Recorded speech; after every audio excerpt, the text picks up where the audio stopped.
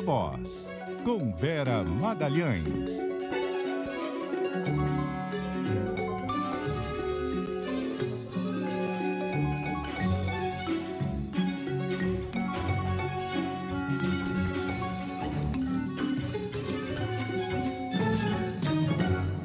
Olá, boa noite. São 6h06. O Viva Voz está no ar, abrindo a semana com muita análise, muito bastidor sobre os principais assuntos do dia, da semana, na política e na economia e aqui no mundo. Boa noite, Carol. Oi, Vera, boa noite para você, de novo para os ouvintes. A gente já começa com novidades aí no Ministério dos Direitos Humanos. O governo foi célere em apontar uma substituta para Silvia Almeida, né? Exato, não quis deixar a crise se estender por muito tempo, nomeou uma mulher negra para o posto, a professora Macaé Evaristo, também deputada estadual de Minas Gerais. Quem traz para a gente os bastidores dessa escolha, como se deu a conversa entre ela e o presidente Lula e o que representa essa designação é a Isa Staciarini. Boa noite, Isa. Boa semana para você. Oi, Vera. Muito boa noite a você. Uma excelente semana também para você, para a Carol, para todos os ouvintes. Uma semana bastante produtiva, de muito trabalho, que já começou na segunda-feira, na largada da semana, né? Isso porque o presidente Lula escolheu a deputada estadual pelo PT de Minas Gerais, Macaé Evaristo, como a nova ministra dos Direitos Humanos. Ela assume o lugar de Silvio Almeida, que foi exonerado, demitido na sexta-feira após as denúncias de assédio sexual, inclusive contra a ministra Aniele Franco. Hoje, Lula almoçou com Macaé Evaristo lá no Palácio da Alvorada, junto de uma cúpula de parlamentares do PT de Minas, para fazer esse convite que foi aceito. A presidente do PT Nacional, a deputada Gleice Hoffmann, também participou desse almoço. Entre as condições para assumir o cargo, Macaé Evaristo desistiu de concorrer ao novo mandato de deputada estadual. Isso em 2026, daqui a 2 anos, que era uma das pretensões dela, já que Macaé Evaristo foi bem votada nas eleições de 2022, conseguiu ser eleita, né, como deputada estadual por Minas Gerais com mais de 50 mil votos, e um dos objetivos dela era voltar a concorrer à disputa estadual daqui a 2 anos. Lula queria uma mulher negra para assumir o ministério, portanto, além de Macaé Evaristo, também estavam sendo cotadas a ex-ministra Nilma Lino e a deputada Dita da Silva. Agora, Macaé Evaristo reuniu um apoio bastante expressivo, não só do PT de Minas Gerais, como da própria cúpula do partido, que agora amplia a sua participação no primeiro escalão do governo, com 13 dos 39 ministérios do governo Lula. Durante a trajetória política de Macaé Evaristo, o combate ao racismo sempre foi uma das principais bandeiras do trabalho dela, além do acesso igualitário à educação. O vice-líder do governo na Câmara, o deputado Reginaldo Lopes, que é do PT de Minas Gerais, destacou a capacidade de diálogo da nova ministra. Extremamente preparada, tem experiência e vivência do dia a dia, da luta por uma sociedade mais justa, sem nenhum tipo de preconceito, mas também tem uma bela formação teórica da academia e tem a leveza, um ser humano com a capacidade de construir unidades, diálogos importantes para a pauta dos direitos humanos. A expectativa, Vera, é de que o nome dela como nova ministra seja publicado ainda hoje no Diário Oficial da União, em edição extra, claro. Macaé Evaristo, hoje à tarde, estava na sede do PT Nacional aqui em Brasília e havia uma expectativa de que ela pudesse vir ainda aqui ao Planalto, mas o presidente Lula já viajou. Amanhã ele cumpre a agenda no Amazonas. Lembrando que Macaé Evaristo é prima da escritora premiada Conceição Evaristo. Macaé foi a primeira mulher negra a ocupar os cargos de secretária de Educação Municipal de BH e estadual de Minas Gerais em 2020. Ela foi eleita vereadora de Belo Horizonte e, como a gente comentou anteriormente, em 2022 assumiu o cargo de deputada votada. Ela também já atuou no governo de Dilma Rousseff como secretária de Educação Continuada, Alfabetização, Diversidade e Inclusão dentro do MEC, é professora e coordenou projetos, por exemplo, de escola indígena, escola integral e cotas para estudantes negros, indígenas e também de escolas públicas no ensino superior. Vera. Obrigada, Isa, pelas suas informações. É isso, Carol. Já se sabia que deveria ser uma mulher negra a ocupar o posto. Veio uma escolha ali de um nome fora daquele circuito mais tradicional do PT nessa área dos direitos humanos, né? Nomear a Benedita seria nomear alguém que já foi ministra em outras ocasiões, então Lula optou por um nome novo. Me chamou só a atenção essa exigência de que ela não seja candidata em 2026.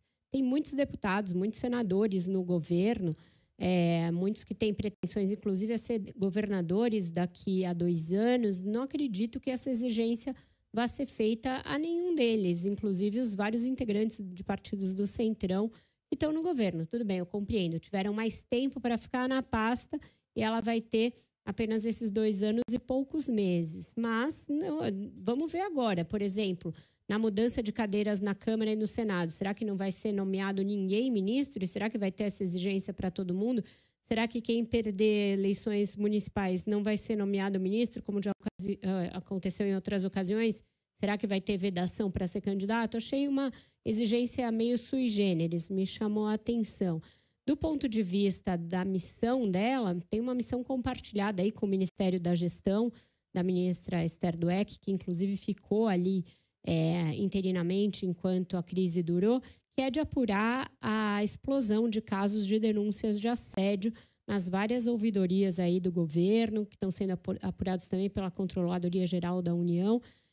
Acho que é algo com que o governo tem de se preocupar, tem de olhar. É um governo que tem um discurso voltado para o combate a essas práticas. E o que a gente viu desde que estourou o caso do ministro Silvio Almeida, ex-ministro, é que esse número de denúncias está crescendo no corpo da administração. Você acha que essa nomeação estanca a crise, Vera? Porque o governo começou muito mal nessa história, né? Quando a história veio à tona, ficou muito claro que o governo já sabia que essa informação já circulava, apesar do Lula ter dito que soube naquele dia e tal. Os bastidores dão conta de que a informação já circulava e o governo não tinha feito nada, né? Só se posicionou depois que a mídia noticiou.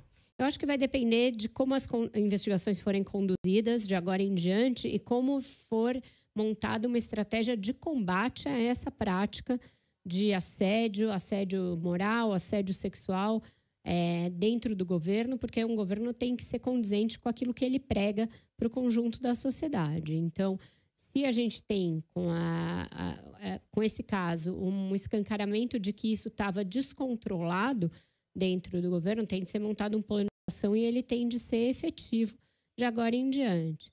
Em relação ao ex-ministro, as investigações têm de correr, acho que com a celeridade que não houve até o caso vir à tona, mas daqui para frente o governo tem de mudar esse quadro e acho que para isso precisa empoderar não só essa ministra, como os demais que têm responsabilidade de apurar esse tipo de situação. Carol, a gente muda um pouco de assunto, porque no fim de semana aconteceu aqui em São Paulo, o 7 de setembro, bolsonarista.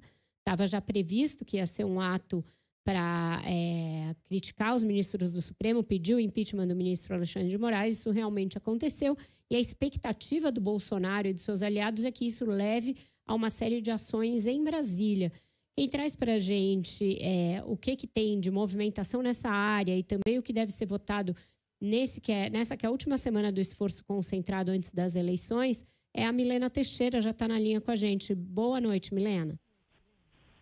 Boa noite, Vera. Boa noite, Carol. Boa noite para os nossos ouvintes. Pois é, viu, Vera? E os parlamentares aí do PL, partido do ex-presidente Jair Bolsonaro, eles afirmam que devem apoiar o candidato à presidência da Câmara, que vai se comprometer aí a pautar a anistia aos presos que participaram dos ataques golpistas do 8 de janeiro. A gente lembra, Vera, que essa proposta de anistia está na Comissão de Constituição e Justiça da Casa. Inclusive, ela pode ser votada amanhã, mas eu já falei aqui com alguns deputados e qual é aí a expectativa dos deputados da base do governo. apresentar um pedido de vista para que essa proposta não seja mais analisada amanhã na CCJ. Mas voltando aos bolsonaristas, vamos falar aqui do que eles estão pedindo, né? O próprio relator dessa proposta do PL da Anistia, o deputado Rodrigo Valadares, do União Brasil, ele disse que esse projeto é uma das principais pautas da direita do Brasil e que foi aí a principal pauta das manifestações bolsonaristas do último sábado. E aí ele afirma que esse projeto está, sim, Vera, condicionado à questão da eleição para a presidência da Câmara dos Deputados. A gente lembra que essa eleição é só em fevereiro de 2025, mas é que as articulações estão acontecendo aqui na Câmara dos Deputados, aqui em Brasília, a todo o vapor. Então, o deputado Rodrigo Valadares, que relata aí essa proposta, ele já admitiu que tem relação, e aí é uma preocupação, né, Vera? Porque o PL é o partido com maior bloco de números aí, maior número de deputados, né? É o bloco que mais tem, são pelo menos 92 deputados, e é um grupo aí que pode ser crucial para definir quem vai ser o vencedor dessa disputa. E aí eu conversei com alguns deputados bolsonaristas, Vera, eles dizem o seguinte, que esse indulto é a pauta mais importante para eles na casa hoje e que vai é uma condição aí deles apoiarem o próximo presidente da casa se o futuro presidente, apoiar essa pauta. Nesse momento a gente lembra que o futuro está incerto aqui em relação à presidência da Câmara. Na semana passada teve movimentações, o deputado Hugo Mota, do Republicanos, ele disparou aí, né, como favorito de Lira, mas a gente tem ainda o deputado Elmar Nascimento, líder da União Brasil aqui na Câmara, o líder do PSD também, o deputado Antônio Brito, que continuam aí nessa disputa. E aí eu tentei apurar, né, com alguns aliados ali do Elmar Nascimento, para saber, caso Elmar ganhe, ele ganha, ou o Elmar deve, para conseguir esses votos bolsonaristas, para ganhar, no caso, aí, as eleições, ele deve apoiar essa questão do PL da Anistia, e os deputados disseram que sim, que o Elmar está disposto a isso. Inclusive, ele já falou abertamente sobre isso. Falei com algumas pessoas também próximas do Hugo Mota, e eles também disseram que isso é uma questão ainda que está sendo conversada ali com as pessoas mais próximas do candidato Hugo Mota. Então, Vera, a gente tem aí esse movimento aqui da base bolsonarista na Câmara, condicionando aí o apoio à presidência da Câmara a essa questão do PL da Anistia, que os bolsonaristas dizem é uma pauta muito importante para a gente não vai deixar passar. E amanhã existia aí a previsão, na verdade, inclusive a presidente da CCJ, a deputada Carol de Toni, ela chegou a pautar essa questão do PL da Anistia na Comissão de Constituição e Justiça, mas os deputados da base já afirmam que vão aí apresentar pedido de vista para que essa proposta não seja analisada amanhã. Vera. Tá seco aí, hein, minha querida? Tá com a voz... Bom, enfim, aqui também, Rio de Janeiro, tá Brasil inteiro na maior secura, né? Eu tô no sacrifício também. Melhoras, Milena. A gente também aqui à base de muita água. Você aí em casa beba muita água também. Com relação a essa anistia, difícil ir adiante. Eles podem ali até pautar na CCJ, mas vai parar no plenário, pelo menos até o ano que vem.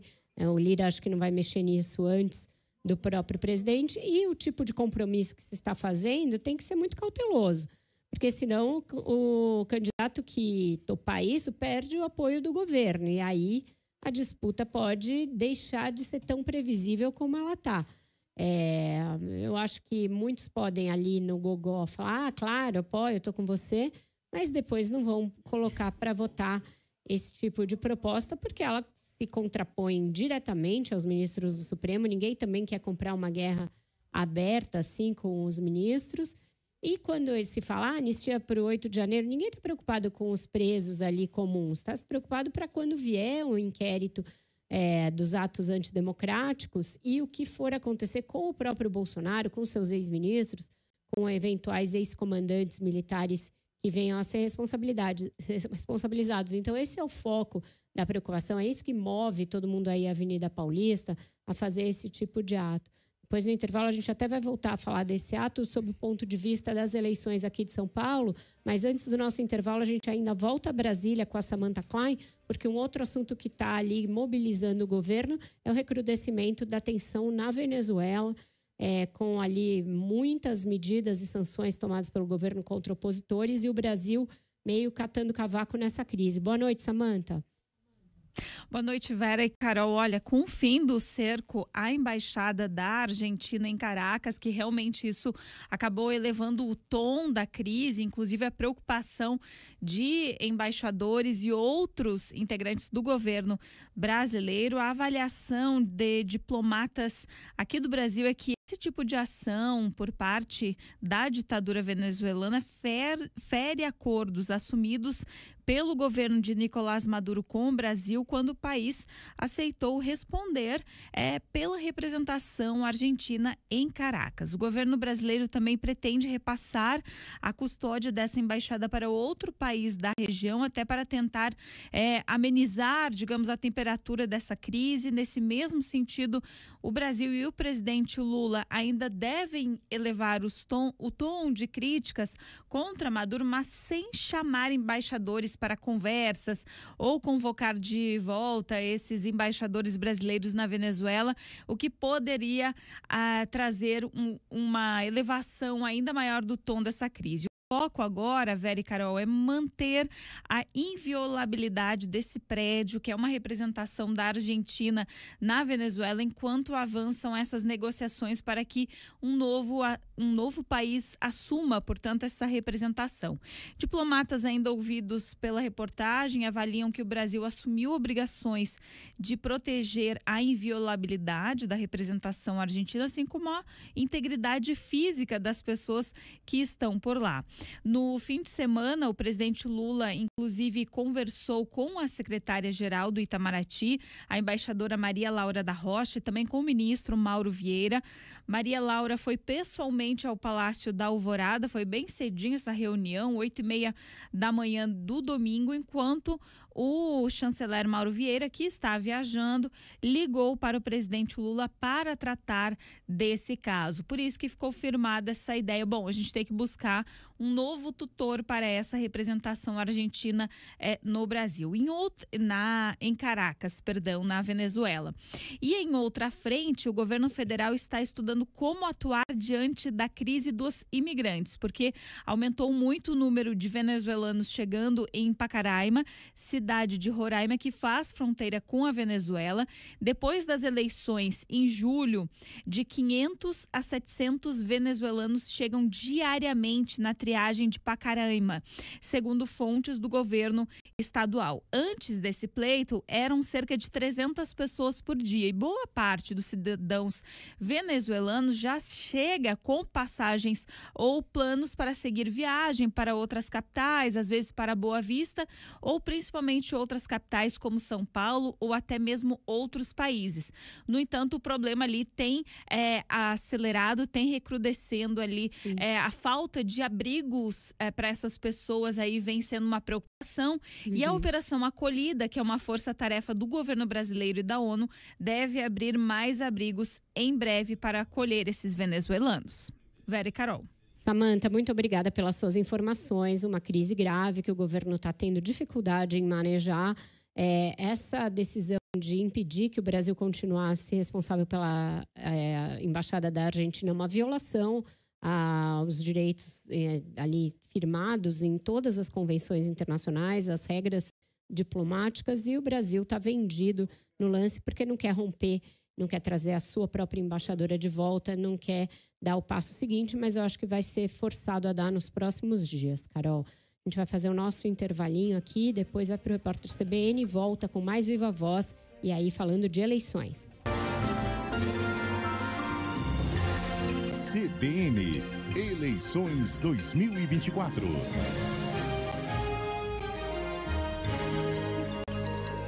Estamos de volta com o Viva Voz, falando de eleições, porque o 7 de setembro aqui em São Paulo foi tomado por uma disputa do eleitorado de direita entre o coach Pablo Marçal, do PRTB, e o prefeito Ricardo Nunes, do MDB, com troca de farpas dos dois lados, um monte de acusações. Quem acompanhou e fez aí o dia seguinte, com todas as repercussões do ato, é a Marcela Lorenzetto, está no ar com a gente. Boa noite, Marcela.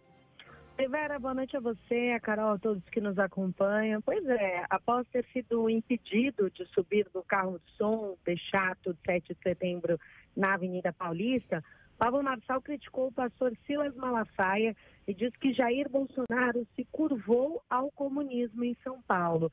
Numa agenda de campanha nesta segunda-feira, o candidato à prefeitura da capital paulista pelo PRTB alegou que foi convidado ao evento de sábado, que, entre as reivindicações, pedia o impeachment do ministro Alexandre de Moraes. Na visão dele, o ato era contra a censura, mas foi ele quem acabou sendo censurado. Ele foi barrado de subir no carro de som por ter chegado no encerramento da manifestação. Usando metáforas bíblicas, Pablo Marçal declarou que Bolsonaro se rendeu a conchavos políticos e respondeu ataques que recebeu do pastor Silas Malafaia, organizador do ato. Bolsonaro se curvou aqui ao comunismo, aqui na cidade de São Paulo. Infelizmente, por conta do Valdemar Costa Neto, ele está com as mãos atadas. Ele que não consegue fazer campanha para o Nunes.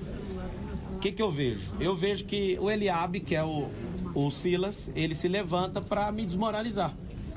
Ele falou que eu tenho medo de Alexandre de Moraes. Só tem uma pessoa que eu tenho medo, é o Deus vivo. Em nota, o ex-presidente Jair Bolsonaro afirmou que barrou o Pablo Marçal, carro de som, no sábado, porque o candidato queria fazer palanque às custas do trabalho e risco dos outros.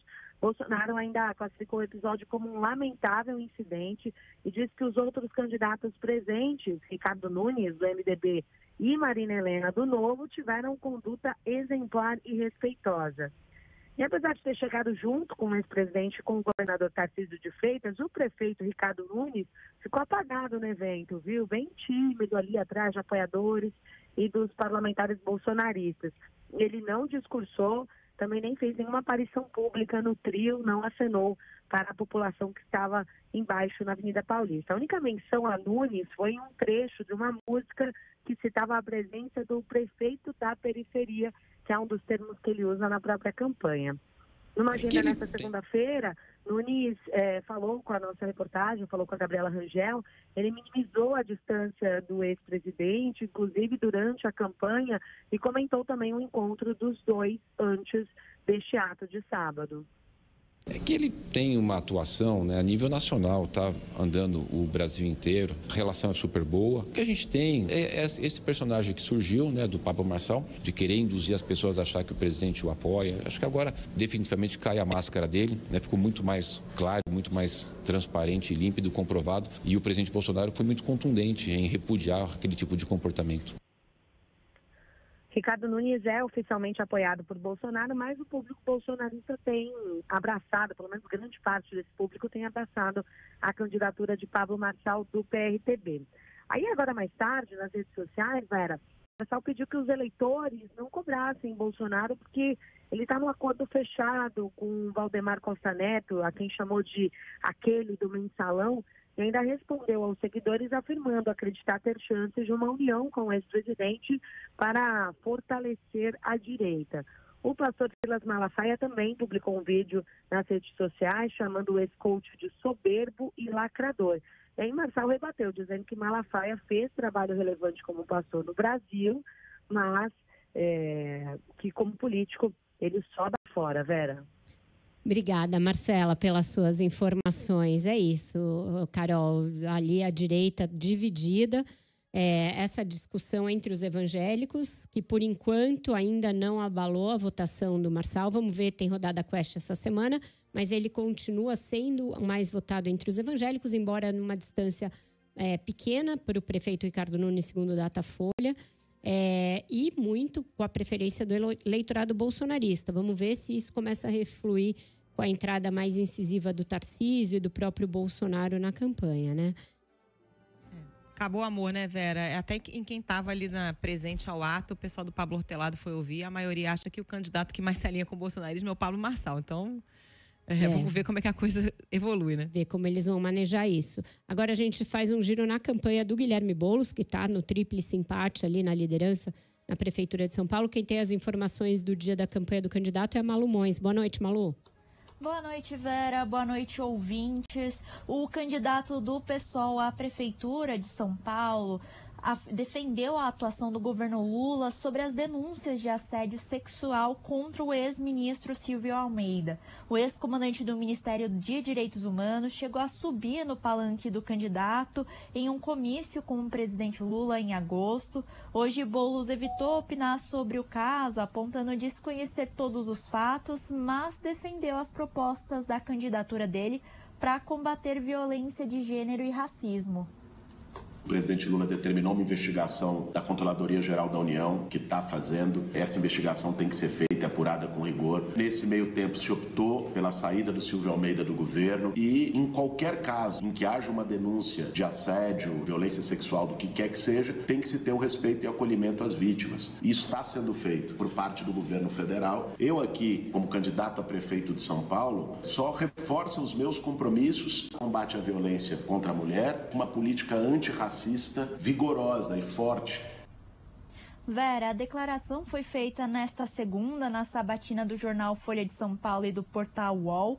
Durante a entrevista, Boulos atacou os adversários, Ricardo Nunes e Pablo Marçal. Ele disse que os rivais estão, abre aspas, em uma gincana de quem é mais bolsonarista e mais agressivo, fecha aspas. Também criticou a participação do atual prefeito no 7 de setembro. Boulos destacou a aliança de Nunes com Bolsonaro e apontou que o MDBista foi à Avenida Paulista para atacar ministro do Supremo e defender a anistia para golpista, em referência às pautas do evento do último sábado. Vera, Carol? Obrigada, Malu, pelas suas informações. Por hoje é isso, Carol? Por hoje é isso, ficamos por aqui, amanhã tem mais. Seguirei aqui tentando respirar e manter minha voz, porque tá brabo, viu, com essa secura. Não, aqui também tá inacreditável. De manhã já tinha um sol vermelho, assim, uma névoa, parecia Blade Runner, assim, uma coisa Mad Max, tenebrosa. Até teste de Covid eu fiz hoje, acredita? Porque eu tô com a garganta doendo, tô toda... Mas aí a gente não sabe se é rinite, se é secura, o que é, aquele chá revelação, mas Covid não é. Então, melhoras para você, para Milena, para todo mundo, bebam muita água. Guilherme Muniz já tá por aqui. A rouquidão, no caso dele, é algo natural, Carol Moran, é um charme, pessoal. Ah, mas aí é um charme, né? É isso aí. Gravada por motivos de Brasília até ontem, viu? Mas aí, Brasília tá acabando com a gente. Tchau, gente, Tchau. até amanhã.